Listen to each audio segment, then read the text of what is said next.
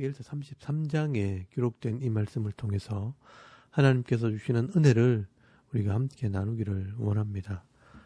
여러분, 에스겔서 33장 말씀에는 하나님의 마음을 깨닫지 못하는 이스라엘을 책망하시는 이 하나님의 안타까운 마음이 기록이 되어 있습니다. 여러분, 에스겔서 25장에서 32장까지 말씀에는 이스라엘 주위에 있는 이방 나라에 대한 심판에 대해서 말씀하시다가 특별히 오늘 에스겔서 33장에서 34장까지 말씀에는 다시 이 이스라엘 백성들의 죄에 대해서 또 말씀을 하고 있습니다.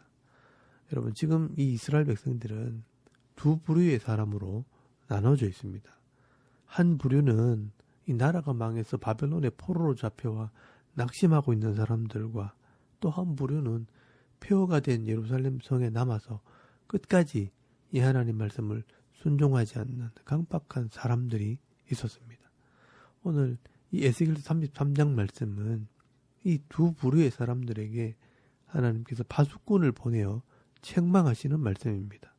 여러분, 이런 상황들을 좀 알고 오늘 에스겔서 33장 말씀을 봐야 이 말씀들이 이해가 되어집니다.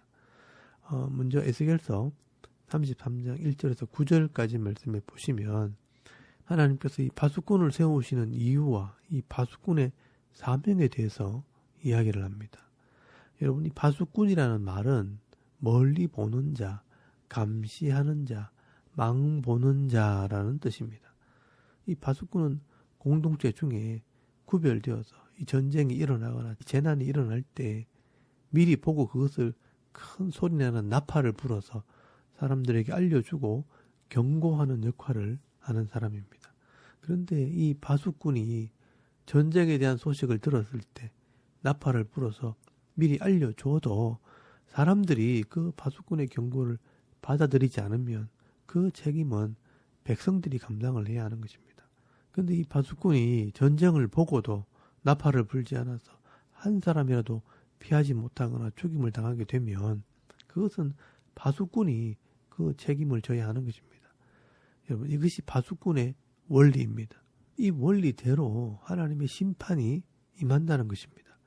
그런데 여러분, 오늘 본문의 내용은 하나님께서 이스라엘 백성들을 위해 에스겔을 파수꾼으로 세우고 경고를 했는데도 이 백성들이 그 경고를 받아들이지 않고 무시했다는 것입니다. 여러분, 7절 말씀에 보시면 인자야 내가 너를 이스라엘 족속의 파수꾼으로 삼음이 이와 같으니라. 그런즉 너는 내 입의 말을 듣고 나를 대신하여 그들에게 경고할지니라 라고 말씀을 합니다.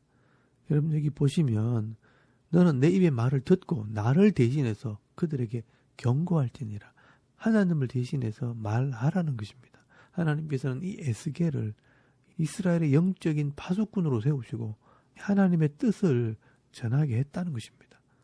여러분, 그 하나님의 뜻은 두 가지입니다. 하나는 바벨론의 포로로 잡혀온 사람들에게 낙심하지 말라, 불평하지 말라, 원망하지 말라고 말씀을 합니다. 여러분, 10절 말씀에 보시면 바벨론의 포로로 잡혀온 사람들이 이런 말을 한다는 것입니다. 그런즉 인자야 너는 이스라엘 족속에게 이르기를 너희가 말하여 이르되 우리의 허물과 죄가 이미 우리에게 있어 우리로 그 가운데 쇠퇴하게 하니 어찌 능히 살리오 하거니와 라고 말씀을 합니다.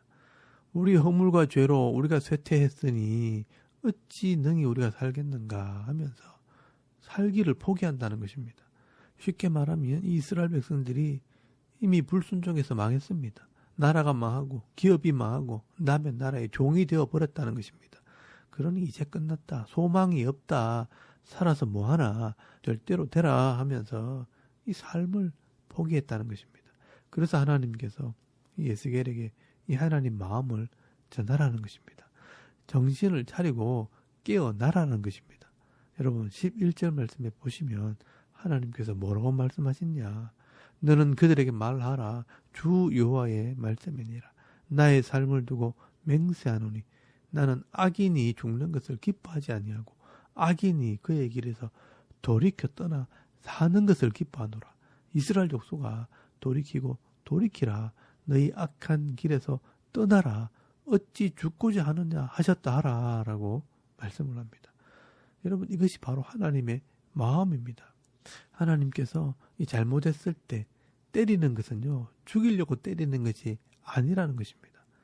죽일 것 같으면 그냥 죽이면 되는 것이지 왜 살아있도록 때렸을까요? 더 잘되게 하려고 때리는 것입니다. 하나님께서 이스라엘 백성들을 바벨론의 포로로 잡아온 것은 살리려고 잡아온 것이지 죽이려고 잡아온 것이 아니라는 것입니다. 악인이라도 내가 죽는 것을 기뻐하지 않냐고, 악인이 그의 길에서 돌이켜 떠나 사는 것을 기뻐하노라. 이 악인이 자기 죄를 깨닫고 회개함으로 다시 이 하나님 말씀을 순종하는 것을 원한다는 것입니다. 내가 죄를 지어서 벌을 받고 있으니 여기서 죽자, 같이 죽자 하면서 이 죄에서 돌이킬 생각을 하지 않으면 결국은 그 죄 때문에 죽게 되는 것입니다. 그러나 하나님께서 이런 고난을 다하시는 것은 더 큰 은혜를 주시기 위함이라. 깨닫고 회개하고 그 죄에서 돌이키는 자들은 생명과 회복의 은혜를 더해 주신다는 것입니다. 여러분, 이것이 바로 하나님의 마음이라는 것입니다. 그래서 여러분 12절 말씀에 보시면 자기가 의인이라고 생각하는 사람도 죄를 지으면 죽게 되고 악인이라도 돌이켜 회개하면 반드시 살게 될 것이라고 계속해서 설명을 하는 것입니다. 여러분, 이 말씀이 결국 파수꾼의 나팔 소리입니다. 그런데도 여러분 18절 말씀에 보시면 사람들은 안타깝게도 이 말을 알아듣지 못합니다. 사람들이 말하기를 주의 길은 바르지 아니하다 하면서 돌아올 생각을 하지 않는다는 것입니다. 여러분 18절에서 19절까지 말씀해 보시면 만일 의인이 돌이켜 그 공의에서 떠나 죄악을 범하면 그가 그 가운데서 죽을 것이고, 만일 악인이 돌이켜 그 악에서 떠나 정의와 공의대로 행하면 그가 그로 말미암아 살리라 라고 말씀을 합니다. 그런데도 이 사람들은요, 눈에 보이는 현실만 보는 것입니다. 지금 내가 이 모양 이 꼴인데 되겠나 하면서 스스로 좌절을 하고 포기한다는 것입니다. 그러나 하나님께서는요, 생명이 있는 한 살아있는 자에게 기회를 주시는 것입니다. 변하지 않는 이 하나님 말씀을 듣고 깨닫고 돌아오기만 한다면 하나님께서 살게 하실 뿐 아니라 쉴만한 물가로 푸른 초장으로 인도하시고요, 물된 동산 같은 복을 주시고 형통케 하는 복을 주시겠다라고 약속을 하셨습니다. 여러분, 우리가 아무리 어려운 일을 당하고 힘들어도 죽지 않았다면, 생명이 아직 있다면 소망이 있다는 것을 여러분 잊지 마시길 바랍니다. 어젯밤에 잠이 들었는데 오늘 또 눈을 뜨고 일어났다면 오늘 할 일이 있다는 것을 여러분 기억하시고요, 우리에게 생명을 주신 분이 바로 하나님이라는 것을 여러분 기억하시길 바랍니다. 오늘도 내게 생명이 있다면 내가 감당해야 할 사명이 있는 것이고, 이 사명을 깨달았다면 계명대로 순종할 때 반드시 복을 받게 되어 있습니다. 우리 각 사람이 그 시기의 차이가 있을 뿐이지 반드시 각자에게 주신 이 복을 누리게 되어 있습니다. 어떤 사람은 지금 어려움을 당하는 사람이 있고요, 또 어떤 사람은 사명을 찾아가는 사람이 있고, 또 어떤 사람은 사명을 감당하려고 말씀을 열심히 배우는 사람도 있고, 또 어떤 사람은 말씀대로 살면서 복을 받아 누리는 사람도 있습니다. 그리고 그 받은 복을 누리고 나누어 주는 사람도 있습니다. 여러분, 그 시기에 차이가 있을 뿐입니다. 오늘 저와 여러분도 내가 지금 어디쯤 와 있는지를 깨달으시길 바랍니다. 그리고 지금 이 말씀을 듣고 계신 분들은요, 다 살아있기 때문에 한 사람도 소망이 없는 사람이 없다는 것을 기억하시고요, 날마다 내게 주신 이 사명이 무엇인지를 깨달아 그 사명을 감당하기 위해 한 걸음 한 걸음 나아갈 때 하나님께서 우리 각자에게 주시는 이 복을 받아 누리는 행복한 그리스도인들이 다 되실 수 있기를 바랍니다. 아멘. 그리고 두 번째로 하나님께서는요, 에스겔에게 예루살렘에 남아있는 자들에게 이 말씀을 전하라고 말씀을 합니다. 여러분 21절 말씀에 보시면 예루살렘에서부터 사람이 와서 성이 함락되었다라는 말을 전하게 됩니다. 이미 에스겔서 24장에서 이 예루살렘 성은 망했지만 예루살렘에서 사람들이 와서 직접 지금 말을 전하게 되는 겁니다. 그런데 그 예루살렘 성에 남아있는 사람들이요, 바벨론에 잡혀간 사람들을 비난을 하게 됩니다. 우리들은 그래도 예루살렘에 남아있으니 이 땅이 우리 땅이 될 것이라, 또 바벨론에 포로되어 잡혀간 사람들은 망하게 될 것이라, 그러면서 이 악한 말을 한다는 것입니다. 여러분 24절 말씀에 보시면요, 인자야 이 이스라엘의 이 황폐한 땅에 거주하는 자들이 말하여 이르기를 아브라함은 오직 한 사람이라도 이 땅을 기업으로 얻었나니 우리가 많은즉 더욱 이 땅을 우리에게 기업으로 주신 것이 되느니라 하는도다 라고 말씀을 합니다. 여러분, 여기 황폐한 땅에 거주하는 자들이란 말은 그 당시 예루살렘에 남아있는 사람들이 우리가 아브라함처럼 이 땅을 기업으로 얻게 될 것이라 하면서 자랑을 했다는 것입니다. 이 아브라함 한 사람이 이 갈대아 우르에서 와서 이 가나안 땅과 이스라엘을 차지했는데 지금 나라는 망해도 남아있는 사람들이 많이 있기 때문에 우리는 바벨론에 안 가고 여기서 이 땅의 주인이 될 것이라 하면서 하나님 말씀을 듣지도 않고 회개하지도 않고 고집을 부린다는 것입니다. 그런데 여러분, 하나님 입장에서는요, 바벨론의 믿음으로 잡혀온 사람들이 회개하고 돌아갈 사람들이지 지금 거기 남아있는 사람들은 불순종한 사람들이고 결국은 멸망받을 사람이라는 것입니다. 그래서 이 에스겔에게 그것을 깨닫게 하라는 것입니다. 너희가 교만하고 악한 자라는 것을 알게 하라는 것입니다. 여러분 25절에서 27절까지 말씀을 잘 보시기 바랍니다. 그러므로 너는 그들에게 이르기를 주 여호와께서 이같이 말씀하시되 너희가 고기를 빚제 먹으며 너희 우상들에게 눈을 들며 피를 흘리니 그 땅이 너희의 기업이 될까 보냐. 너희가 칼을 믿어 가정한 일을 행하며 각기 이웃의 아내를 더럽히니 그 땅이 너희의 기업이 될까 보냐 하고 너는 그들에게 이르기를 주 여호와께서 이같이 말씀하시되 내가 나의 삶을 두고 맹세하노니 황무지에 있는 자는 칼에 엎드러지고 덜에 있는 자들은 덜짐승에게 넘겨 먹히게 하고 산성과 굴에 있는 자는 전염병에 죽게 하리라 라고 말씀을 합니다. 여러분, 이것이 바로 이 바수꾼의 나팔 소리입니다. 예루살렘에 남아있으면서 여전히 이 하나님 말씀을 행하지도 않고요, 우상을 섬기고 악을 행하면서 우리는 아브라함의 자손이니 이 땅이 우리의 기업이 될 것이다, 하늘의 복을 받게 될 것이라고 이 교만하는 자들은 내가 심판할 것이라 라고 말씀을 하고 있는 것입니다. 그래서 여러분 28절 말씀에 보시면 내가 교만을 그치게 하니 이스라엘 산들이 황폐하여 지나갈 사람이 없으리라 라고 말씀을 합니다. 여러분, 하나님께서는요, 이 하나님 마음을 깨닫고 돌아오는 자들에게 은혜를 베푸시지 겉모습만 교인이고 겉모습만 성도라고 하면서 속으로는 악을 행하는 자들은 그 죄로 말미암아 반드시 심판하신다는 것을 말씀하고 있는 것입니다. 여러분, 이 사람들은요, 하나님의 징계의 채찍을 맞으면서도 끝까지 자기 잘못을 회개하지 않고 고집 부리는 사람들을 말하는 것입니다. 그래서 30절에서 33절까지 말씀해 보시면요, 겉으로는 말씀을 듣는다고 하면서 여전히 마음으로 악을 행하는 자들이 심판을 받게 될 것을 말씀합니다.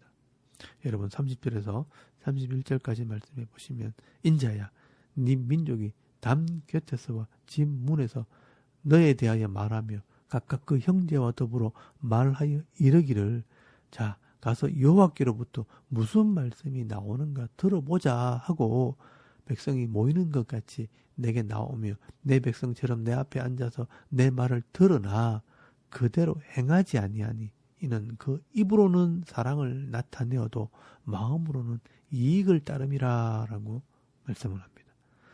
여러분 여기 보시면 입으로는 사랑을 나타내어도 마음으로는 이익을 따라 산다는 것은 이 외식적인 신앙을 말하는 것입니다.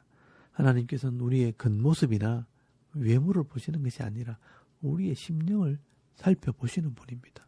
수많은 사람들이 이 하나님 말씀을 듣는다고 하고 성경을 읽는다고 하지만 결국 자기의 이익을 따라 행하고 교만함으로 신앙생활을 하는 자들은요, 절대로 복을 받을 수가 없습니다.